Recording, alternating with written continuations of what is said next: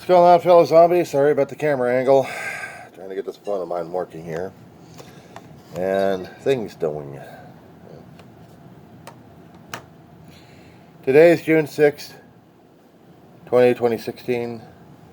It's about 11:35 in the morning West Coast time for Saturday. We were John C. Rosemond, California. You know, the schmuck that does the diary of a griever named John Weaver, which is me. Yeah, that asshole. Yeah, that's me. Yeah, I know I've been mouthing up concerning about the old gas bag. But, as I like to try to do sometimes, I'll talk about the past, I'll talk about other things else that matter to me the most. Today is Flag Day, or not Flag Day, 14th or 16th, one of those 2 days are going to be Flag Day. But today is the anniversary of D-Day. From what I'm gathering, Pete Hegseth was going to go over to Normady with other officials to go through the annual remembrance of the Allies' foothold into Fortress Europa during World War II, 1944. But hearing how Hegseth was completely ignorant about how you look at history, he compared D-Day invasion to the immigration happening in the United States or even other places, viewing it as invasion. I don't get it with this meatball. But I know there was a lot of groups, a lot of people out there that didn't want Hegseth over because they knew what kind of a broken brain he is. We had relatives. I know there's people out there who have relatives maybe been on both sides of the war, one side or the other. Either they were part of the Axis powers or else they were part of the Allied. My ancestors dealt with the Pacific.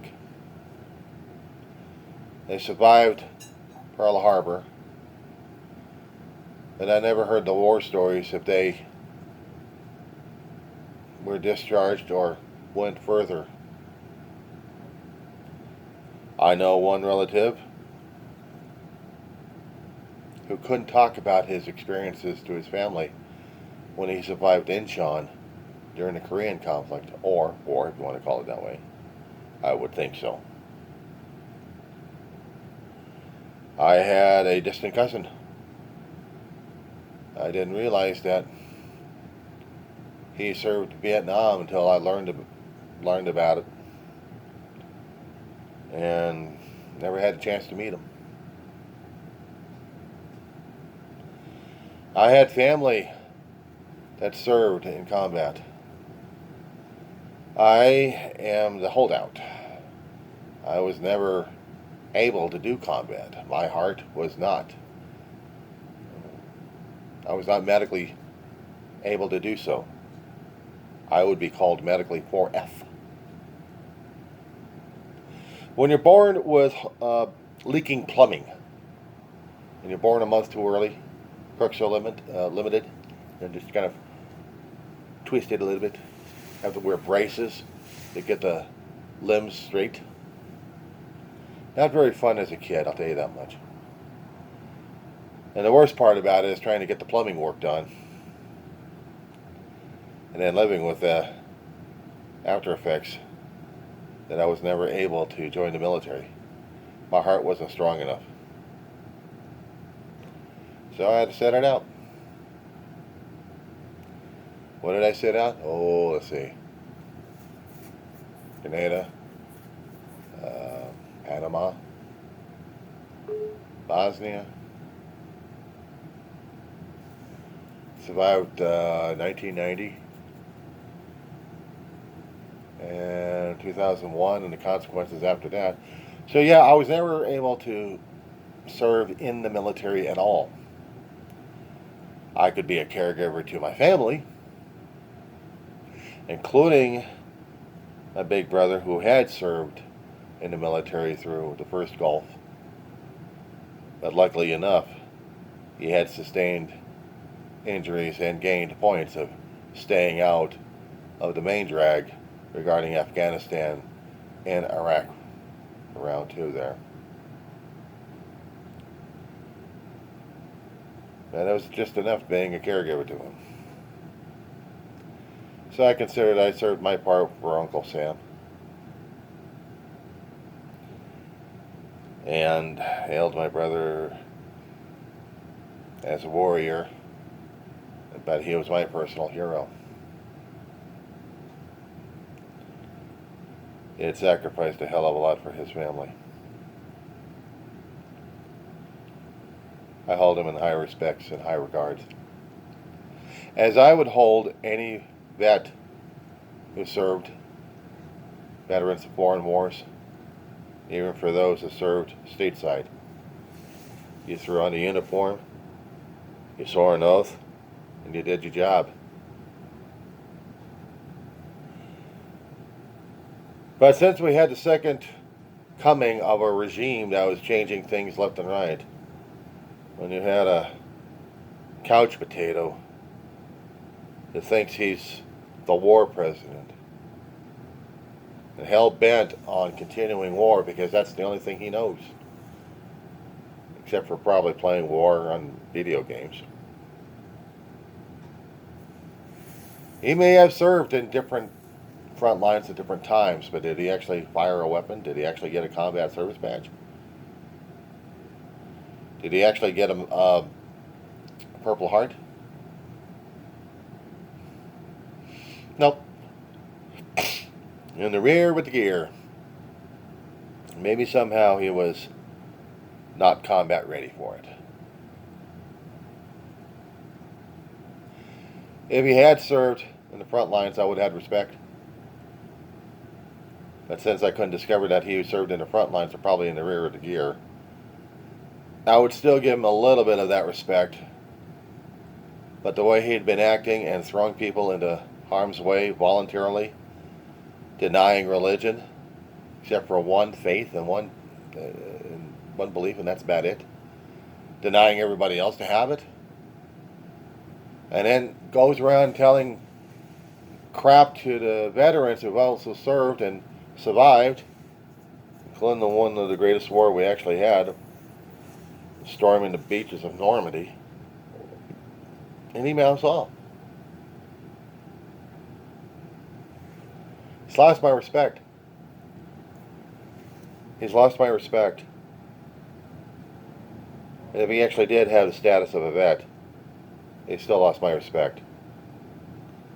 You vets don't diss anybody else.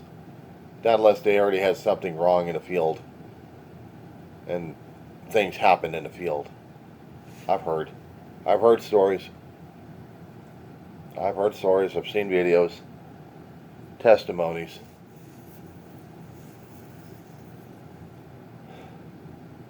I don't hold it against them. At Hegseth, I do. I'm still challenged about my country and the way it's being shaped right now and formatted into something I don't recognize and not quite sure if I will be able to or ever. Our country used to have a lot of respect. We had done for others. Granted, with our own people, we have had centuries of change dragging its knuckle ass through the decades to get to the point where everybody was supposed to be equal,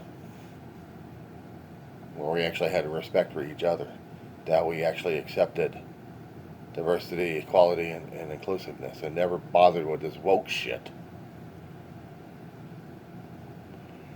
But you get these people who are full of hatred and political agenda and greed. It changes viewpoints left and right. The viewpoint of America, with a lot of former allies, I would say, and trading partners, they would look at us with disdain now. I'm not quite sure about the American people voting in this much trash. But we did. The White House has a list online available to the public about how much they don't like people back talking to them, and they've got it as public enemy list. It's official. Some of the independents out there are talking about it a great deal, that they found out that their own people are getting targeted left and right, and it's terrifying them, but it's pissing them off left and right. Give me a second here. I gotta deal with her. Bart, let's start. You want to eat something? Eat something.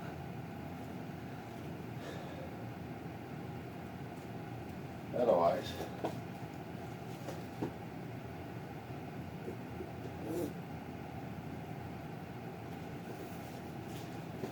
the life of a caregiver taking care of a dog. Some people may think it's glamorous. No, challenging, I can tell you that much.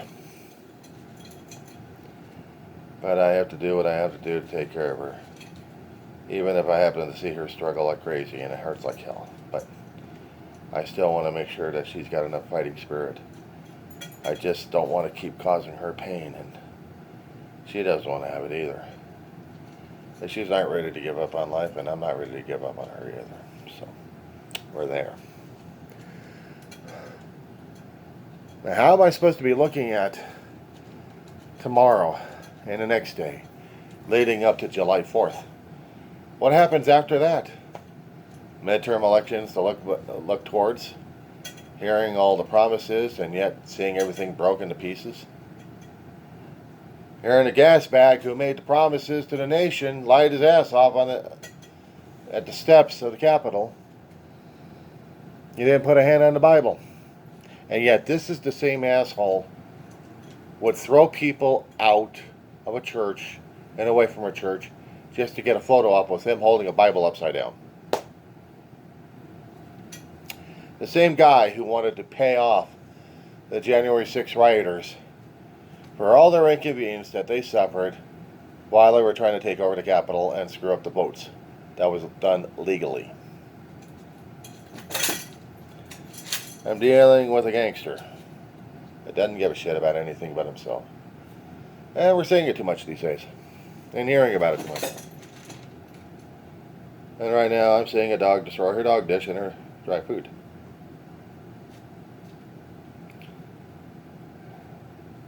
A great deal.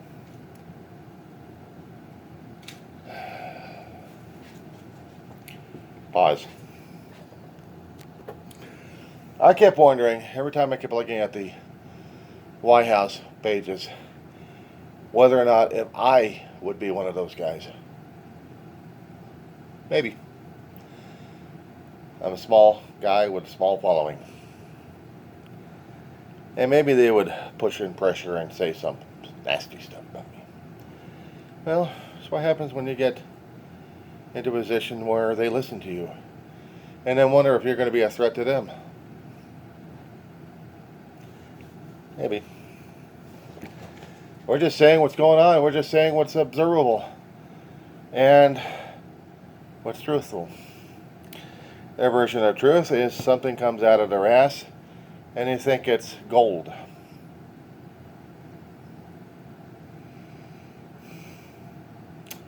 Or they make the complaints and think every time they keep saying it, it's going to come reality. It doesn't. What was the expression concerning about insanity? You can do the thing 1,000 times and it still doesn't change. It's still the same result. But you want it differently, so you keep doing the same and again and again and again and again and again and again and again. Is there anything changing? No. But it will. But it will. How? Give it time. Let's keep doing it. No, doesn't work that way. Come on, come on. It's got to be real. It's got to be real. It's got to be real. These things happen. This happened. This person, and blah, blah, blah, blah, blah. You got to believe me. No, I don't, because there's no evidence. You got to believe me. There's no evidence. Shut the fuck up. Ah. You know, it drives me crazy. Some things I could try verifying, and other things I'm thinking I'm looking at Chicken Little. That old adage, a story from long ago. They saying the sky is falling, sky is falling, sky is falling. Nobody believed them. Did the sky fall during that time? I don't know. I never read the story, but I heard the essence of it. I've seen different things about what Chicken Little was. They even made a cartoon about the damn guy. The sky is falling. Something hits him on the head and he thinks the sky's falling.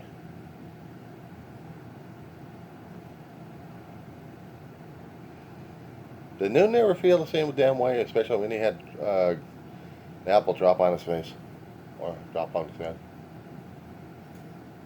I don't know. I wasn't there to witness it. Nor am I seeing the sky falling except for stuff that keeps raining down from the skies, literally. Especially when the satellites keep burning up, either being misplaced or their lifetime used up. So now we get to see streaks across the sky. Or better yet, we get to see cosmic garbage. Not from our own stuff, but rocky garbage. Streaking across the sky, making booms and penetrating people's houses. Of course, at that time, we're going to hear Chicken Little screaming his head off saying, I told you the sky was falling. The sky is not falling. But we have junk out there in space that is falling. That is not sky. But it's falling. Junk is falling. The sky is falling. It's like we never landed people on the moon. We got evidence. Liar, that's CGI. Yeah, the CGI argument, I've heard. Excuse me, when did we start getting into CGI and the computer graphics? About 80s and beyond? And when did the lunar landing happen? 1969? Somebody do the math on this one. Somebody keeps saying that we still got flat Earth. For centuries, they believed that the Earth was flat, until we had science prove them wrong.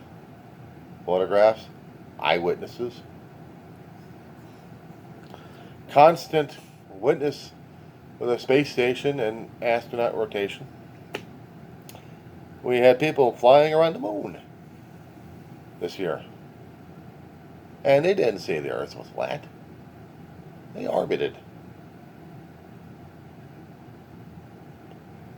So the flat Earth is basically no more. They can call it conspiracy theories, but they can't prove it. There was one guy who tried to prove it a decade ago. He became roadkill. No. He became worse than the coyote in those cartoons. The coyote always lived, but they never once drew this guy to be a dead person or a dead thing. No,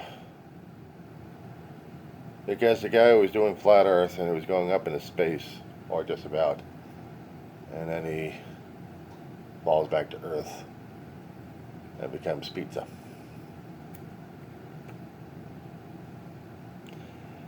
Did he get us proof that the Earth was flat? Nope. But he did discover a lot of gravity. I don't laugh about things like that. Eventually, when they're going to have these kind of weird-ass theories, it's going to be putting them into a spot where either they're right or else they're absolutely dead wrong.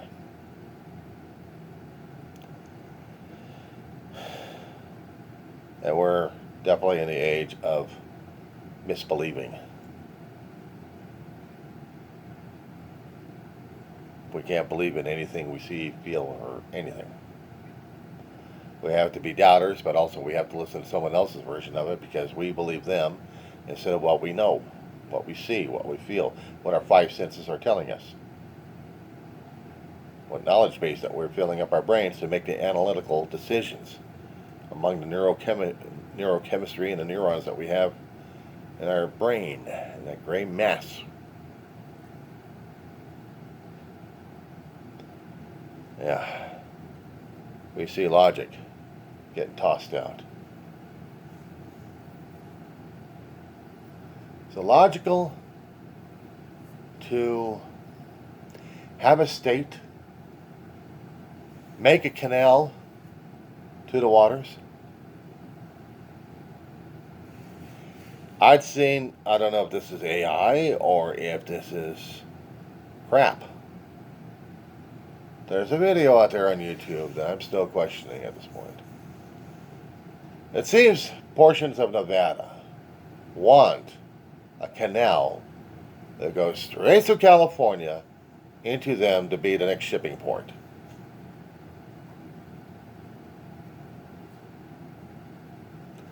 Not going to happen. Not going to happen. And definitely not in my lifetime. How and why? Logistics, science, economics, policies, and politics. Take your pick. Ain't going to happen. We'll see what happens, actually.